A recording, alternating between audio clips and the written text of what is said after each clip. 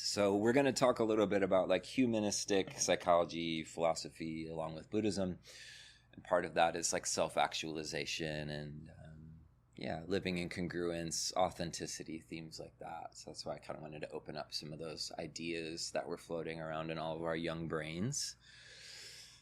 But before we get into talk, we're going to meditate for about 15 minutes. So just finding any way to sit that feels good for you.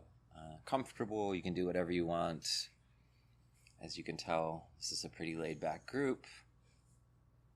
And you can close your eyes if you like, or you can just kind of rest your gaze on this little floor in front of us.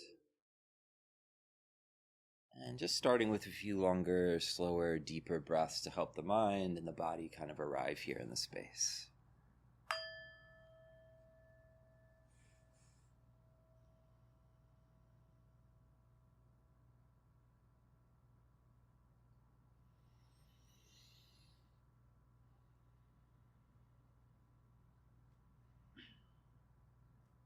Just noticing it's the end of a weekday.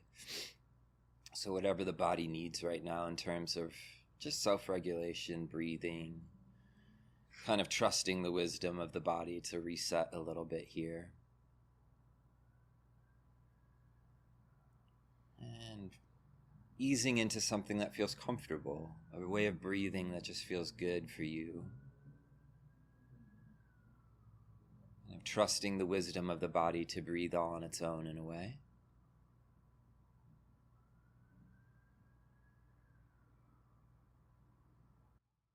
And setting an intention. Maybe tapping into why you're here. Maybe that's mental or spiritual health. Maybe it's connection, community, no wrong answer. Bringing that to mind and bringing it to heart.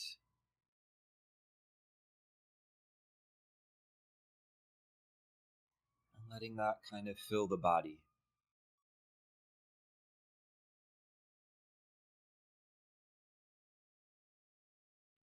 And also setting this intention that since we're here, really taking any pressure off the mind. Not having to be anyone for this time, not having to do anything, not having to go anywhere. And also a sense of acceptance that whatever mind state has arrived here is okay, it's good enough. So really just trying to take any pressure off.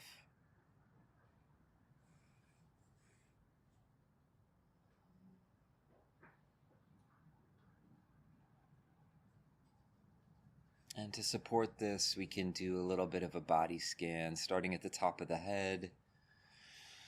Just noticing if there's any tension in the scalp or the forehead or the eyes or the muscles of the brain. Allowing the thinking mind to relax.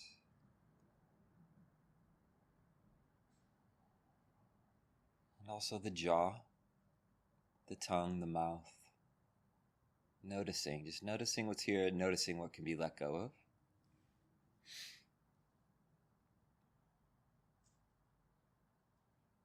Letting the shoulder blades kind of relax and come together.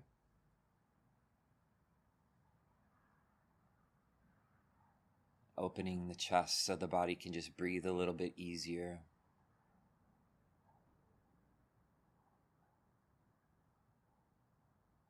Noticing the upper arms, the weight of gravity,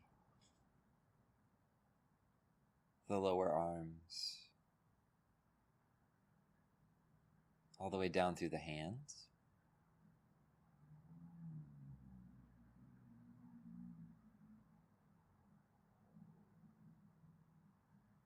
And softening through the chest, the stomach,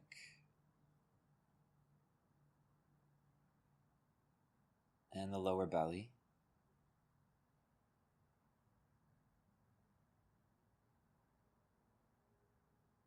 Just kind of inviting this lower half of the lungs and the diaphragm to just open up a little bit.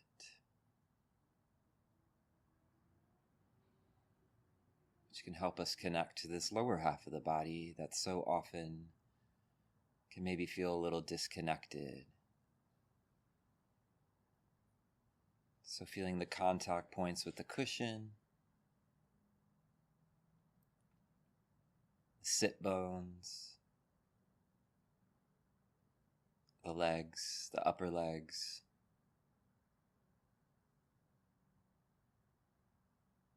the lower legs, all the way down through the feet.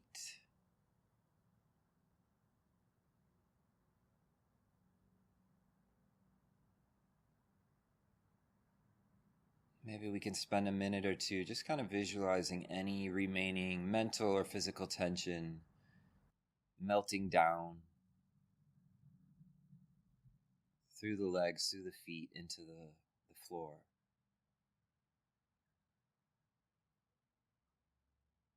Maybe anytime a thought comes up, same thing, just allowing it to melt right off the mind, down through the body, into the floor.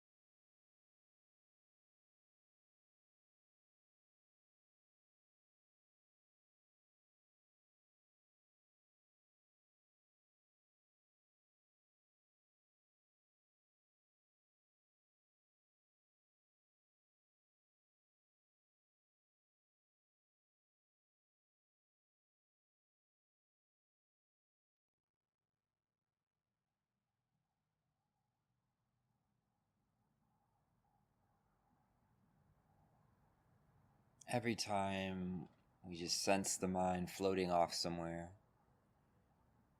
there's this gentle motion of returning to the body and to the breath.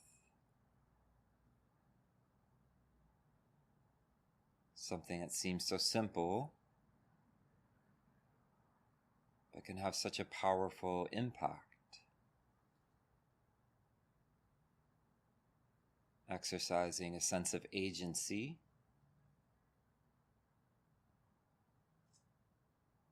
and just kind of saying, right now, we're just sitting here breathing.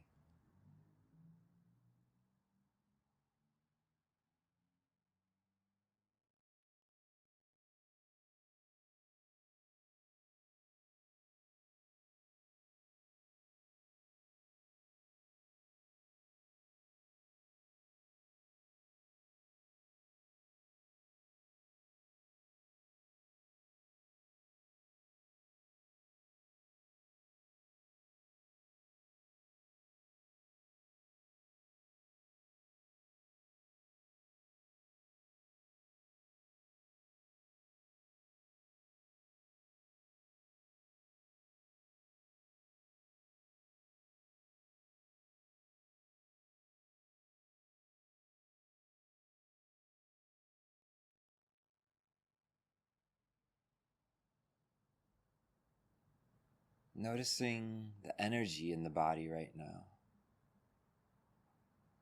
Noticing maybe the emotional sense that's in the body. Maybe the momentum of the energy of the day.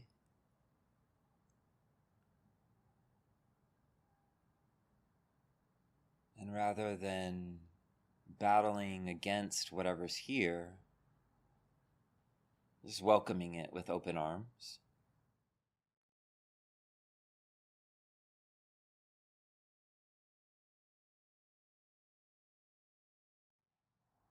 And the acceptance of an open heart.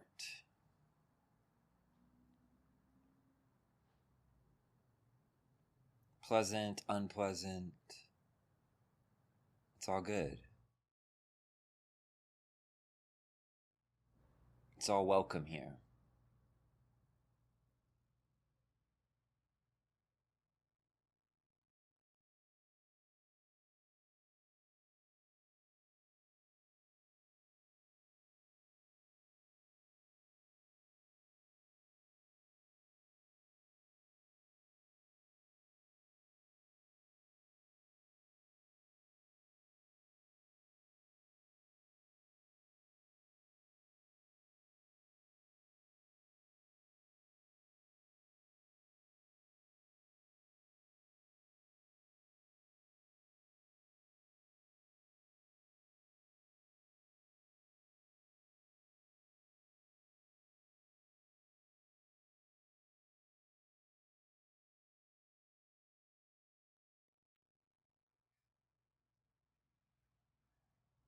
And whatever posture you're in right now, too, just noticing the sense of dignity, maybe even nobility in this simple posture, such an ancient lineage and tradition, sitting and breathing. How many millions of humans have sought refuge and safety through this simple practice of meditation? So noticing that kind of expansive view and how that lands in the mind.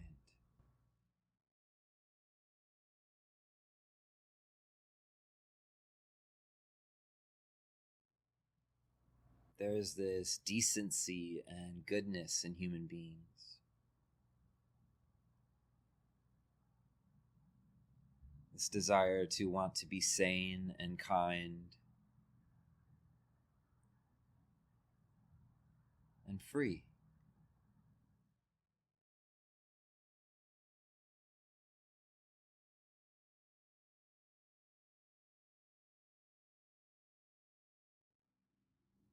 And from the Buddhist perspective, this is within every living being. This capacity for freedom, for compassion.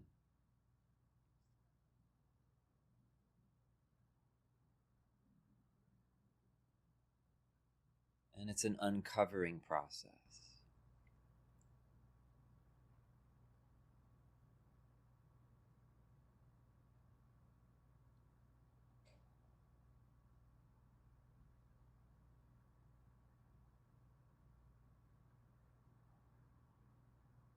So as this mind and this body come together and there's some room and a little breathing room and space, noticing that.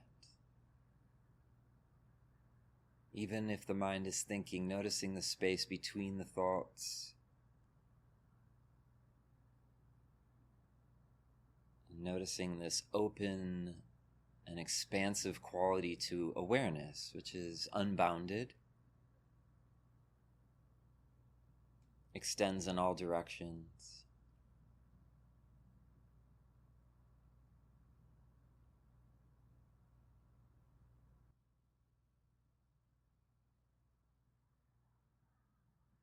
And how this can be like a coming home for the mind.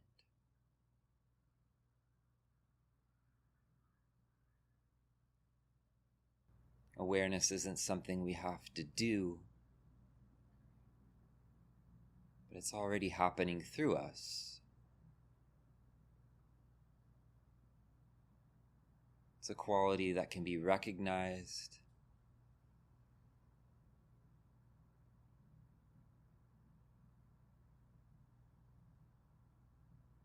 some traditions it's said to be the groundless ground.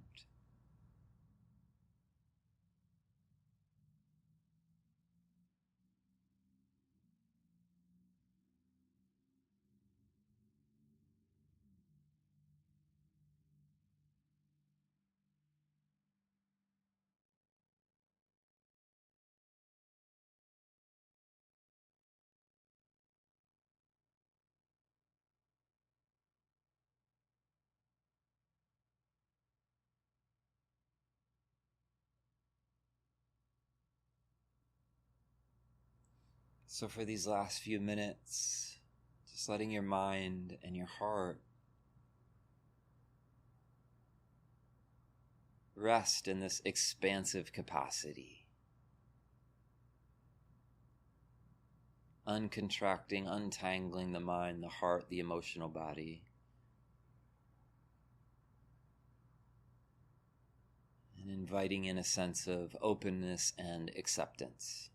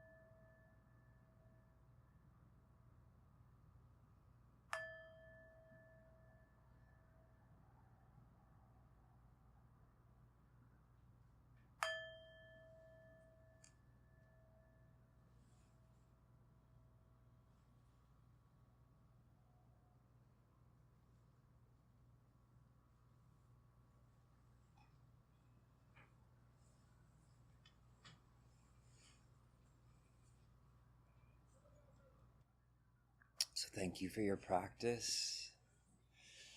And also recognizing that this is maybe the end of the formal sit, but that this continuity of mindfulness can carry through as we share some ideas, perhaps some discussion.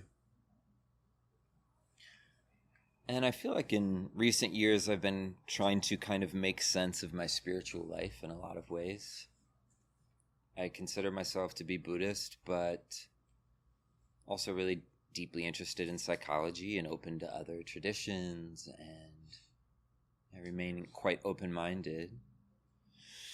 And having spent some time in Buddhist communities and spent some time in Thailand in a monastic setting for a bit there, and recognizing that the monastic community is also kind of grappling with changing with the modern world. When I was there, staying at the monastery, there was an article that came out in one of the big newspapers in Bangkok saying that the younger generation in Thailand was kind of straying from this long, centuries-old tradition of supporting monasteries. That some of the younger people are like, why are we doing this? You know, we have limited resources, and it was causing kind of a ripple effect through the monastic community of like, what's going to happen as this kind of older generation moves on and there's these younger people coming up? Are we going to be supported? And one of the leading teachers there, Ajahn Jayasaro, began to teach in this way, presenting Buddhism as a humanistic philosophy. And of course, it really caught my ear as someone who was in grad school and knew just a little bit about it.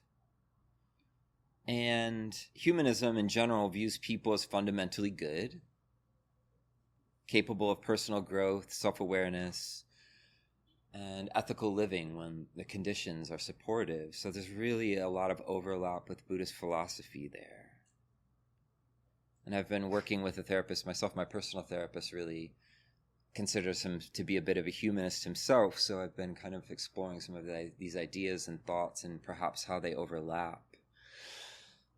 So that's what I want to explore today, particularly what we were tapping into in this meditation, this like inherent goodness, this idea that there's something just fundamentally decent in human beings, that it's just a process of uncovering that. That's always really resonated for me. And that there's a path and a potential for self-actualization in humanism, or liberation in Buddhism. There's kind of a similar trajectory there as well. And that at the heart of that is a sense of agency, freedom, and also responsibility. This is Carl Rogers' quote. "I have come to feel that the more fully the individual is understood and accepted, the more they tend to drop the false fronts and emerge as the real person they are. Basically, a trustworthy and positive organism." Love that guy. It's so good. It's like the OG. And one of the first therapists to really, I think, bring that into a practice. I think a lot of what we know as modern therapy started kind of around that time. And it highlights two things. The idea that within, there's this innate capacity for goodness within every person, and that there's also like a process which helps that emerge. It's not just like a static thing. And so this is something that's central to both Buddhist and humanistic philosophy. In Mahayana Buddhist traditions, they call it Buddha nature, and the potential for self-actualization, kind of in the humanistic approach. And so the idea being that these capacities for compassion, for empathy, and for wisdom are kind of like inherent in human beings. And what I like about that approach is that it's an uncovering rather than an acquisition. And it was, for me, a little bit of a different approach of kind of how I had been orienting my life. Sense of lack, not quite good enough, but I'll get there someday. And so like learning these approaches kind of changed the way I was operating a little bit. And it's as a formative understanding, just reflecting on how that shapes even a meditation practice, and how, for myself, how I sit each time, right? There's a sense of trust that it's not so much that I have to do or try to get my mind in this particular state, but rather there's just a lot of letting go happening, kind of clearing the dust of so many things that are happening in my mind. And I've really found this to be true in my experience too, that there's this other thing that starts to emerge. It doesn't feel like me so much, but it's really non-doing and receptive and feels very nice and comfortable. And so in Buddhist philosophy, there's this word ehipassiko, the dharma or the teachings or reality are said to be ehipassiko, which means encouraging investigation. It's not dogma. It's not, this is the way it is, you just have to believe it. It's not meant to be taken on faith, but it's meant to be encouraging. Is this true? Is there this inherent capacity for goodness within all living beings? That was kind of the Buddhist style as a teacher, very much so. Like, don't take my word for it. That's pointless, right? You have to discover this immediately in your subjective experience. And humanistic psychology similarly encourages that trusting of your subjective experience and actually sharpening one's own wisdom rather than relying on dogma or what other people say to do. So the idea being that wisdom is here, and it's not this static thing, but a process. Another famous quote, "The good life is a process, not a state of being. It is a direction, not a destination." And so it's something that requires training and practice.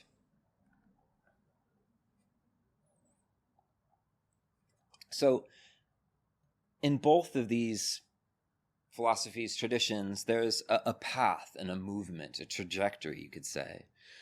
In Buddhism, this is the Eightfold Path.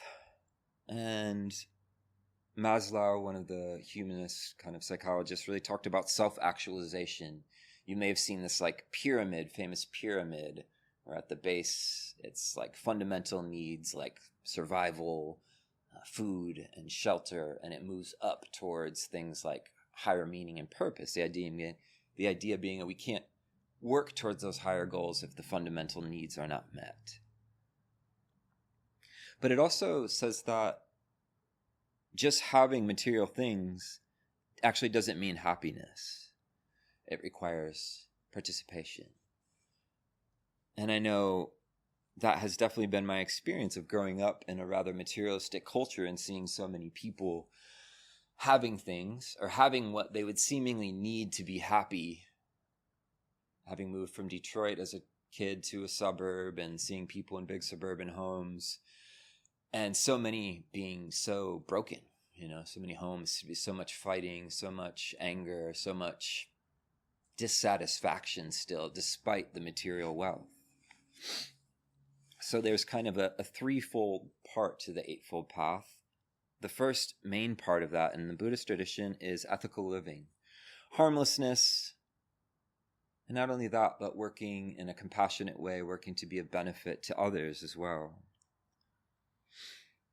And so this is seen as a foundation. It's difficult to begin if I'm engaging in harmful acts towards myself, towards others. It's going to be really difficult to meditate. And similarly, according to humanistic philosophy, self-actualizing people naturally act in accordance with values, not as rules, but I love this phrase I came across, but expressions of human flourishing. And I really liked that approach to kind of like an ethical living, not as a rule to be followed, but kind of an expression of something beautiful, actually. Good for oneself, good for others, and a sign of a human that is doing really well. I found that really touching. The next part of this path in the Buddhist tradition is meditative cultivation. So cultivating samadhi, mindfulness, doing what we were just doing right now, taking some intentional time to train the mind the same way anyone who's training in an instrument or a sport would spend time every day working on that thing. The Buddha said, worthwhile to sit down every day and practice and work with the mind and notice what's happening there. Promotes mental clarity, emotional regulation, increased presence of mind, and that can take many forms. It's not just seated meditation. I know for myself, a lot of laying down recently has felt really good, actually. We had a little half-day retreat over this last weekend. Those of you that were there, and Margot, I think you and I were both participating in some laying down meditation in the middle of that. Yeah. And napping, also important, right? Yeah, exactly. Something so important, any way to find balance in the mind. And so similarly, from the humanist perspective, central to that are pursuing peak experiences, things that are of deep value, joy, absorption. I guess in modern language, we could say like flow states. So things that help the mind self-actualize, train the mind in what is meaningful and beautiful. So the key being there, that cultivation of presence of mind is being central to both of these traditions. And then finally, wisdom. So pursuing self-actualization involves seeking authenticity beyond conventional understanding, and really central to that philosophy, living in accordance with values. Those of you who come here regularly hear me say this so much, but such a good, I think, a healthy definition for well-being and happiness. Living in line with one's deepest truths, less by egoic mind, but opening the mind to larger truths.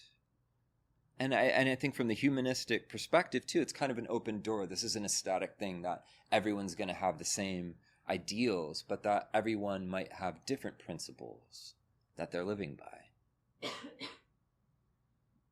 And so Buddhist wisdom involves a deep understanding of reality, and not just a conceptual knowing, but actually a deep subjective understanding of truth.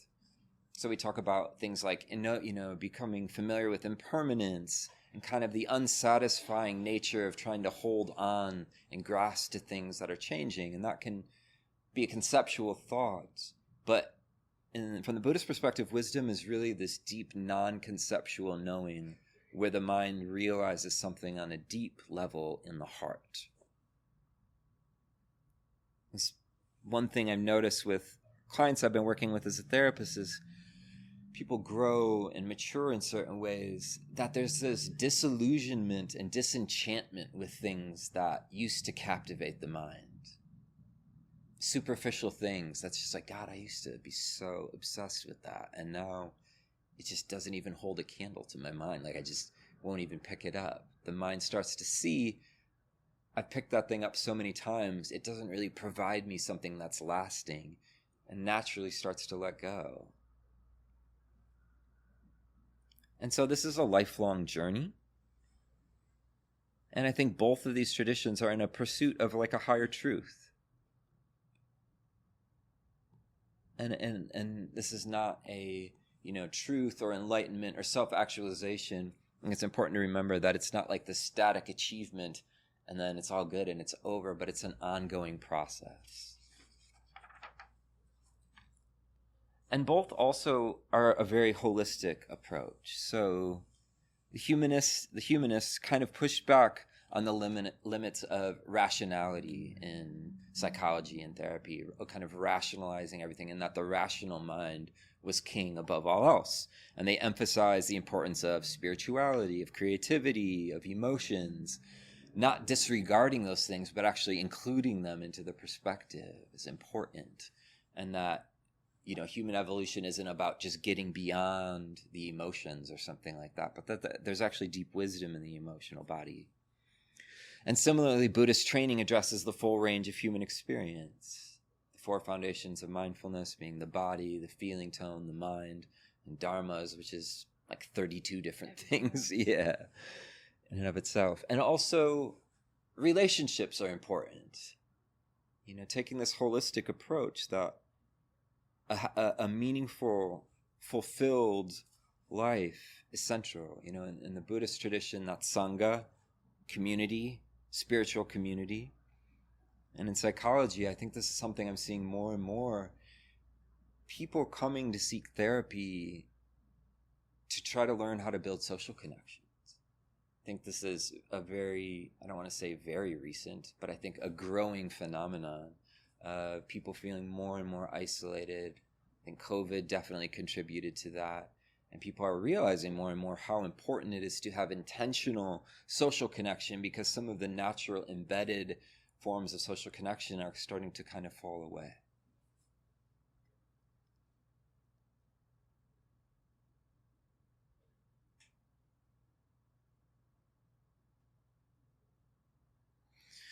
I think that was, for myself, being around people has been probably the most transformative thing. I'd spent so many years in bars and, being a bartender, playing in rock shows, and kind of working towards something that in some ways was beautiful, but in some ways was really ego-driven. And I think it was tough for me to come to that realization. And then starting to spend time, getting sober about 8 or 9 years ago, and starting to spend time in meditation centers and going on retreats and really learning from the people around me. It was, I think, really the single most transformative thing that helped me shift into a different era of my life was watching other people live in a different way.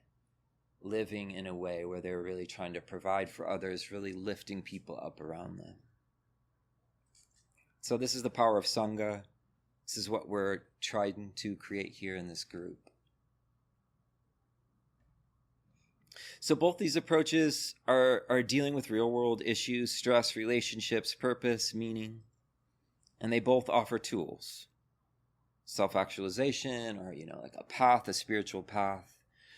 And I think at the heart, both of them are deeply empowering approaches. And that's what I really appreciate about it. It says you have this capacity to wake up. Things may be stacked against you, or life may take turns that are really challenging, but it points right to the place of agency and choice in the mind. And to the potential for freedom. The ability to respond rather than to automatically react to situations, and to act in alignment with what is really true deep in the heart. And I think Both approaches really ask us to wake up every day and engage,